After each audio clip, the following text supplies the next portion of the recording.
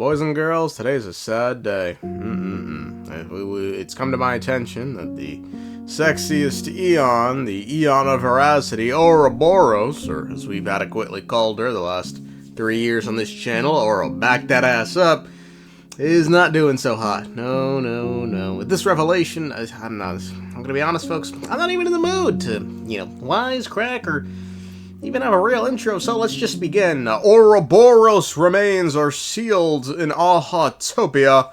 Why? Agraphia is still alive in the world in canvas.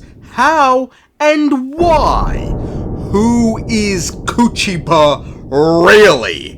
Why? Questions 3. Holy Trinity. Rule of 3. Questions is actually my second favorite word. Beginning with Q after cumulative. The story starts right where it left off. We all confirm we heard the Phantom Moon say whoever wins the games this time will become the new permanent Eon of Elation. Himiko states Aha has raised the stakes before reminding us that every time there's been a change in paths in the universe, it's caused disruption on a cosmic scale that's lasted for hundreds of thousands of different years. Regardless, a new god, either good or evil, will be born as a result of these games. We then get swarmed by bastards and head to the Express. We meet up with Welt for no other reason than to be reminded he's still alive. He ain't doing shit, but he's present. Pearl then calls us while discussing the moon. Himiko wonders if there's something else that could be controlling the Phantom Moon, but wonders who could even have the power to do that. Pearl tells us now that the peasants have realized they have the power to create a new god. Wish power in Planarcadia is surging, this coinciding with a smear campaign aimed at the Express and the Trailblazer stirred on by Foolwish. Pearl leaves and we decide to take on Foolish. We wonder how she got her hands on the power of the abundance, and Himiko suggests the Herald of Death. She tells us the Herald's mark, the Bloody Bloom, was inspired by a golden tree he claimed would grant him immortality. Further, he straight up just had the power of the abundance. It feels like you're supposed to lead with that, but it's chill. We then head to Agraphia Academy to find out more about Foolwish's past. We learn from Ms. Dolly that after she graduated, Foolwish went to school off-world. After reading some of her files, we learn she studied at the Garden of Botanical Studies. Himiko Googles it and learns it's under the Intelligentsia Guild, hence making it IPC property. We still aren't convinced Foolwish managed to learn enough about the abundance off-world to make the happiness surgery all on her own. Himiko heads to the creepy classroom to say goodbye, and by God, we run into Foolwish. She mostly plays coy and dumb and gives some sort of Jim Jones speech about happiness. We can't do anything to her because she has a camera crew, and then, she gives another fucking speech. Creepy bitch. She can talk, though. Whew. Good lord. She sort of just derides the Express before revealing, after her encounter with the Herald of Death, Aha gave her a mask. She then announces she's joining the games as a supplicant and is going to make everyone smile. She then invites us and all the other supplicants to a televised debate at Seafeld City. She then leaves and we head back to the Express and decide to go to the debate, but we need Sunday and Sparksy's help. Sunday for the, a debate ally, and Sparksy to investigate the claims that Aha gave Foolwish a mask, which would then make her a masked fool. If she is one, then surely she's been in the tavern. Over to Evanescia and Yao Guang. Evanescia shows Yao Guang a fox mask that belongs to her and says, she wore it while searching for an elixir of immortality. It holds deep meaning to her, and given it's here, it now means she's no longer just the Phantom Moon Games referee, she's a supplicant. Evanescia has hosted many games between supplicants, between emanators, and whenever the games are at risk, she steps in and lays down the law using the powers of elation and abundance. But now, for the first time ever, she's a supplicant, and, who else other than Aha could make her a supplicant? But Yao Guang counters by stating maybe it was someone who hates the laughter. Yao Guang proposes they work together. Evanescia is shocked Yao Guang would put aside her Xianzhou abundance racism to work with her, but Yao Guang counters by stating Evanescia is a tree, so she can't be an abomination. Sunday then fills the two in about the happiness surgery, and, it uses the power of the abundance as sort of all he tells them. The two then head to Seafeld City by a train. Evanescia reminds Yao Guang she is older than her and states when she first arrived onto this world, it was after the destruction ravaged the place thousands of years ago.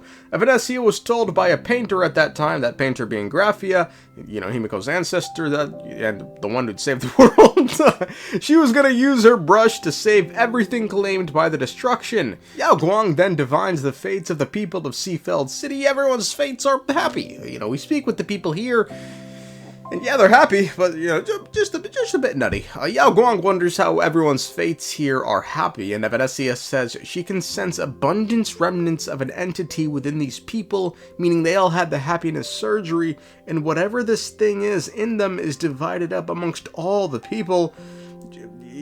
Whatever it is doesn't know death and is eventually going to wake up. What could this thing be, I wonder? They're both concerned about what these people will become when this entity awakens. Evanescia, in particular, is worried it'll attract the Eon Lawn of the Hun's gaze, which is bad, because then they'll just nuke the entire world with an arrow strike. So, Evanescia decides to take action and issue an executive ruling, but first needs an ancient instrument. It's a ruler, which is on a floating island. So they go there, and then the two just flirt, and Evanescia begins to measure the weight of Fool Wish's sins as a supplicant, but stops and expresses shock at the fact that Fool Wish isn't a supplicant, and because she isn't, she can't judge her. Yao Guang immediately questions then who that octopus mask belongs to. Evanescia says it belongs to countless people across Planarcadia. It's then Sunday interrupts via a bird to tell us Danahung is approaching with friends. Yao Guang is most pleased that the Xianzhou criminal blade is presented before her. A blade then just says he's here to just kill the common enemy, which causes Yao Guang to air out all of his crimes, which impresses Ashvale, who reveals himself as La Mancha, who the Yu Chui has been trying to reach. The blade then says, he's not dumb. He knows the only reason Xianzhou really wants him is to finally subdue and forever put down Shuhu, the emanator of abundance. Blade then says, actually, the happiness surgery uses Shuhu's cells. That entity before that Evanescia sensed in the people who got the surgery is Shuhu. Where Fool Wish got Shuhu cells from isn't known, but now everyone who got the surgery are supplicants. When their wish power converges, every single person will turn into sustenance, meaning the true owner of the octopus mask is the dismembered Shuhu existing in hundreds of thousands of different people. Yao Guang wonders who could possibly have done this, and we switch to Sparksy getting torn up in the tavern for losing in the Phantasmoon games before we call her and, ask if Fool Wish really is a masked fool. She says yes. We say great, look into her background, but Sparksy says she wouldn't dare betray a fellow masked fool. When we tell her we'll give her her Phantasmoon mask back, she immediately turns coat and says she'll begin the investigation.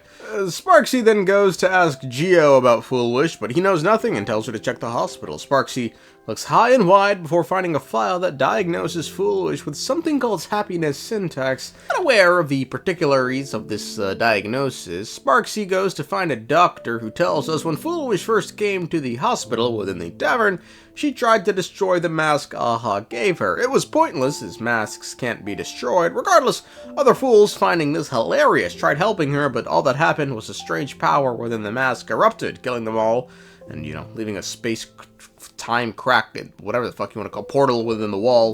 Doc tells us many fools have entered this crack, and every single one of them have gone insane.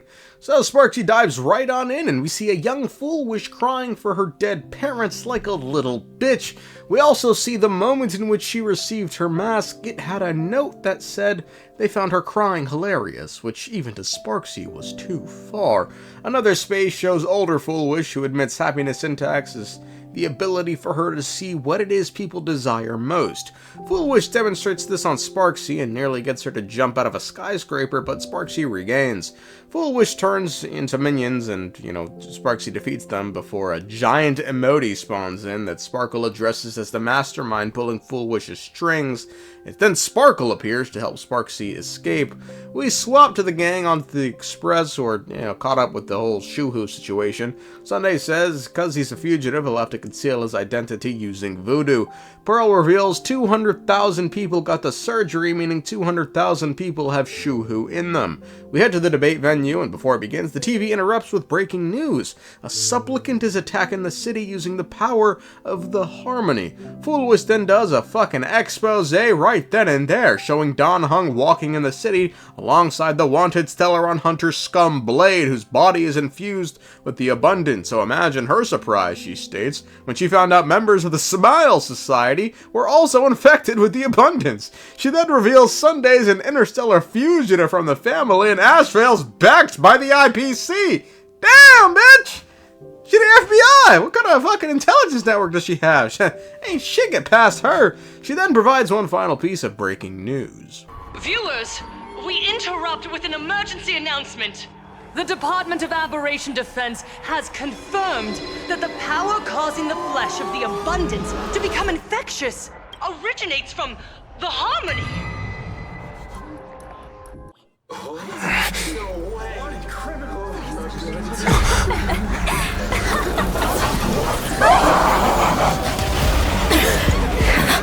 The supplicant is attacking Seafeld City with the power of the harmony! Please, dear citizens!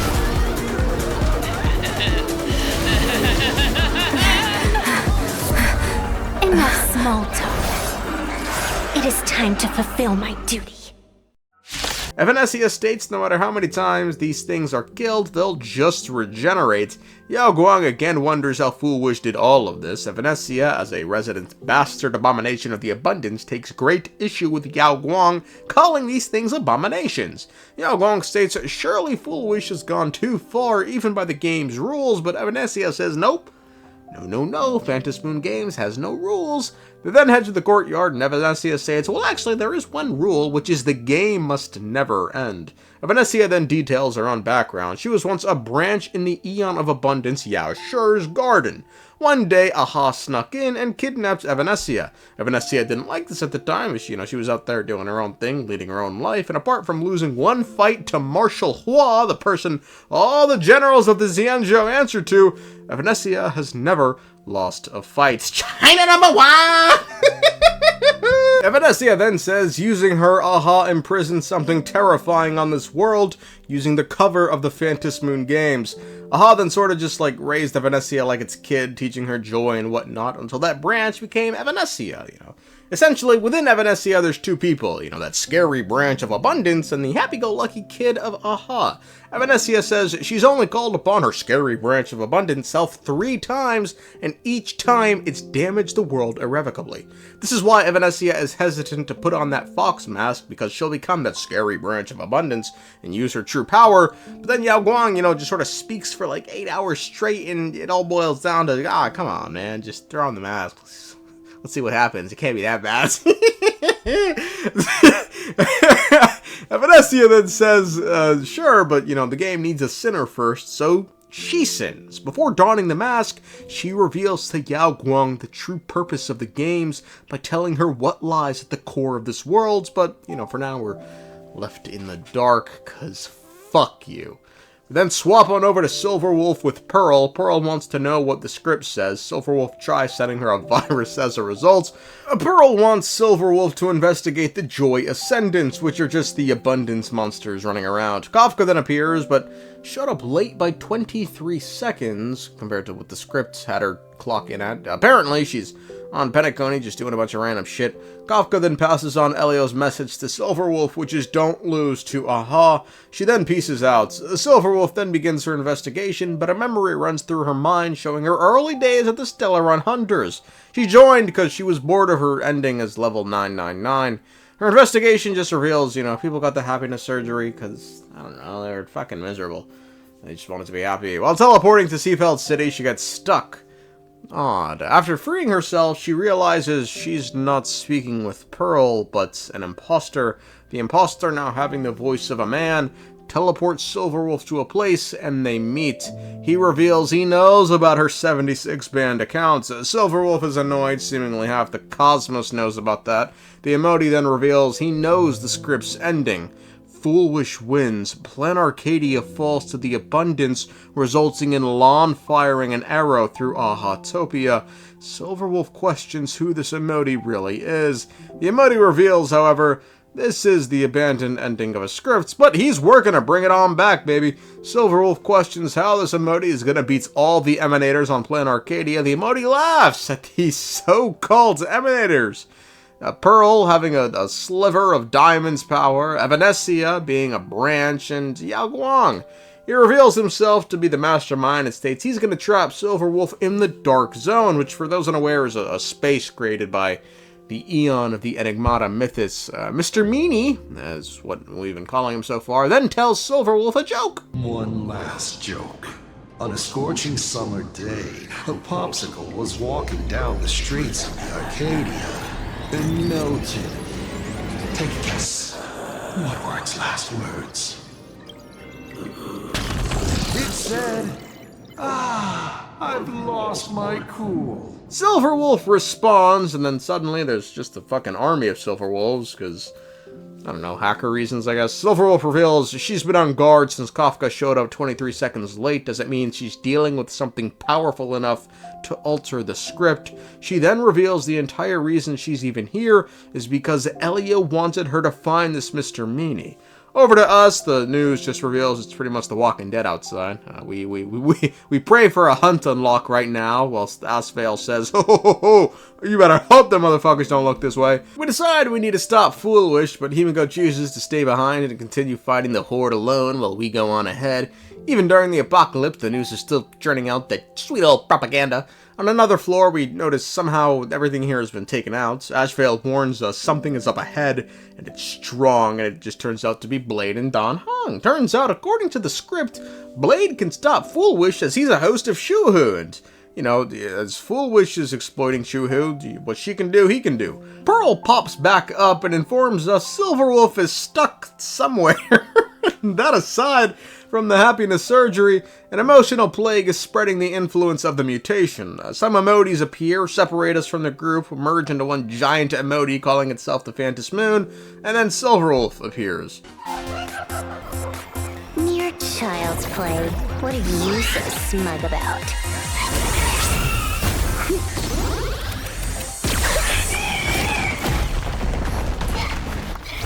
A quick victory isn't hard, but I'm being generous today by letting you witness the gap between us.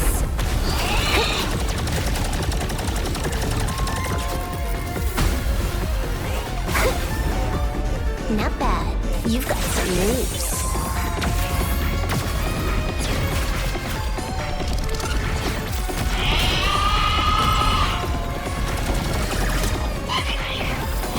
What? You still think you can win?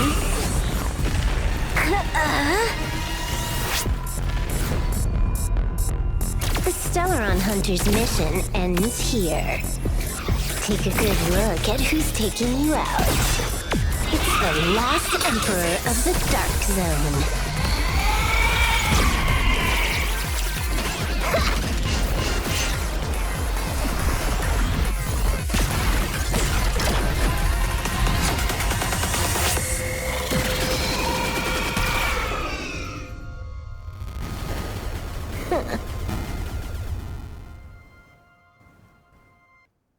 She then tells us to go stop Foolwish. We go, which leaves her alone with the real Mr. Meanie. Folks, that's the Lord Ravager, Assat Prammad. He reveals he knows about Silverwolf borrowing her future self's power, but doesn't think much of it and says he need not do anything as the Phantom Moon games are headed towards destruction.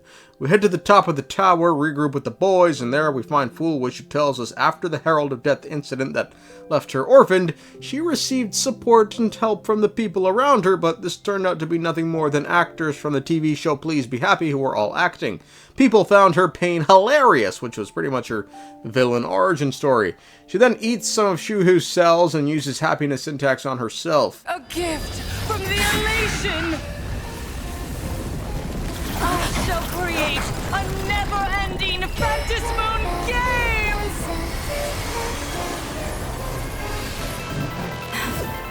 Oh gods, let everyone...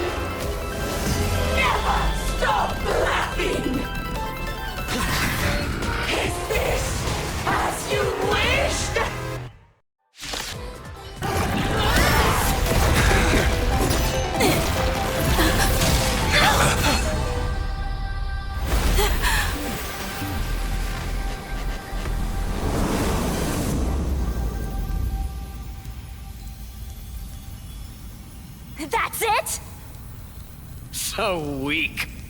Don't stop now. I haven't had my fill yet. Kill her. Kill her. Kill her! Don't lose, Lady Foolish! I believe in the Astral Express! We find ourselves in the courtyard with evil Evanescia, who says she's only been awakened 3 times, twice because of the Nameless. Anyway, she's here to send all the joyous ascendants back to Yao Sure, but we don't like this plan because it'd kill everyone. So we convince her to let us deal with Foolish, and she agrees because of our Stellaron or some shit. I don't know.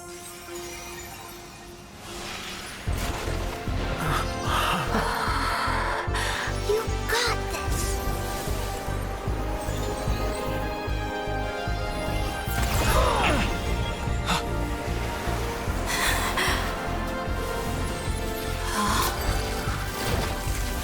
No matter what kind of wish, I'll accept it, and I'll change it. The self beneath this mask, I'll show them. Hero meets a dazzling entrance.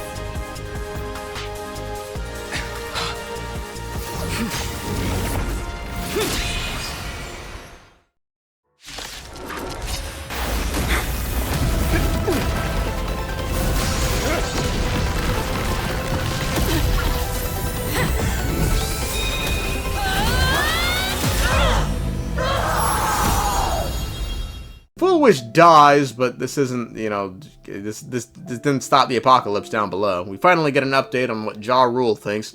Blade then offers to simply eat all of Shuhu's cells using the help of Sunday and Dan Heng and Silverwolf. She's worried, however, as without Kafka, she doesn't know if she'll be able to, you know, beat up the fucking roided up Blade. Sunday decides to use tuning to connect us with everyone. We ask for their wish power, all the while Ashvale prays to God Lon really does not look at this world.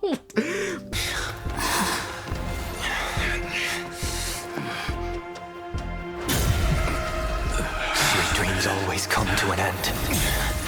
This time, I will defend everyone's right to feel pain.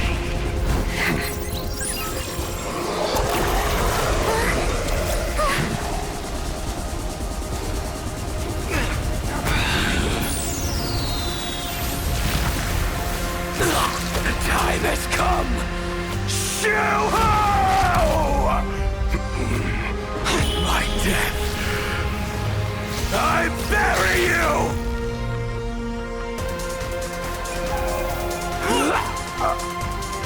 That which began because of us. You and I will end this together!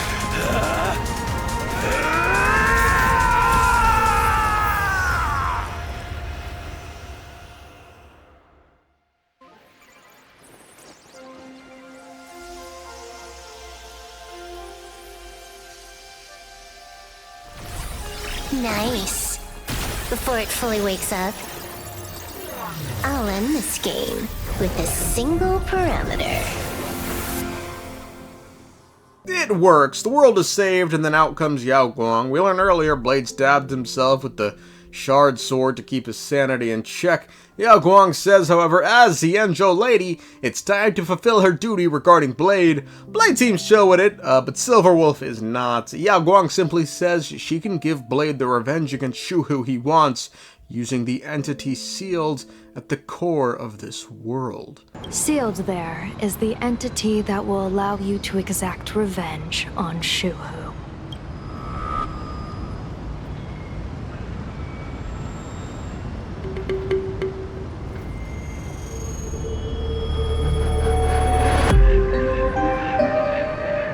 Creepy. We meet with Evanescia, who says that she's gonna sleep for a while, but before she does, asks us to pass a message on to Graphia. Assat Prammad has returned to Planarcadia. One final scene reveals what it is hidden at the core of this world. The ink has not run dry, but the painted scroll is on the verge of tearing. I never thought the one who'd show up would be you. I know the IPC has been plotting in Planarcadia for years, and it certainly isn't for the authority of the Elation. What you're trying to lay your hands on is the darkest secret of this world. a horror sealed away by the Aeonic game. The remains of the Aeon Oroboros are on Ahatopia. Right.